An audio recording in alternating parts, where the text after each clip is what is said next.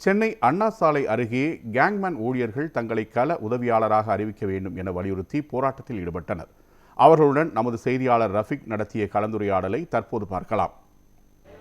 சென்னை அண்ணா சாலையில் இருக்கக்கூடிய மின்சாரத்துறை இருக்கக்கூடிய தலைமை அலுவலகத்திற்கு எதிரே இருக்கக்கூடிய தற்போது கேங்மேன் இருக்கக்கூடிய பணியாளர்கள் சுமார் 2000க்கும் மேற்பட்ட பணியாளர்கள் போராட்டத்தில் ஈடுபட்டு வருகின்றனர். அவர்களுக்காக முக்கியமாக கள உதவியாளர்களாக அமைக்கப்பட வேண்டும் என ஒற்றை கோரிக்கைகளாக தற்போது இன்று முதல் நாளாக போராட்டத்தில் ஈடுபட்டு வருகின்றன.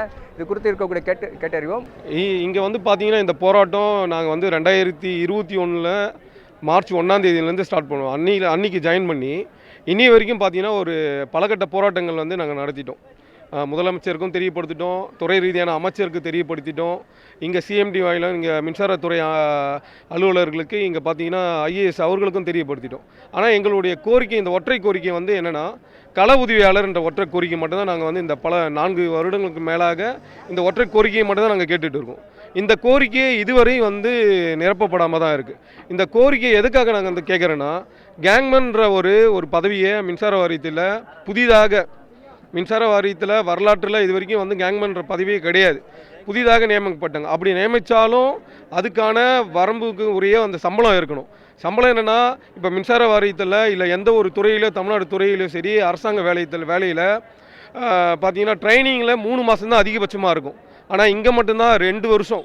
அதுவும் 2 வருஷத்துக்கு என்ன முறையில், ஸ்டைஃபன் முறையில் 15,000. அப்போ இது ஒரு மிகப்பெரிய ஒரு உழைப்பு சுரண்டல். இந்த உழைப்பு சுரண்டலை தான் நாங்கள் தடுக்கிறோம். இதுதான் வேணான்றோம்.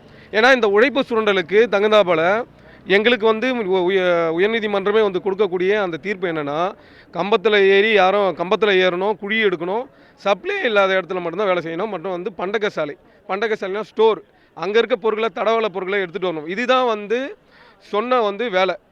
ஆனால் இது வரைக்கும் அந்த வேலையை நாங்கள் செய்யலை. மொத்த வேலையும் இன்றைக்கி தமிழ்நாடு மின்சார வாரியத்தில் இருக்கக்கூடிய அனைத்து வேலைகளையும் இந்த கேங்மேன் செஞ்சுட்டு இருக்கோம்.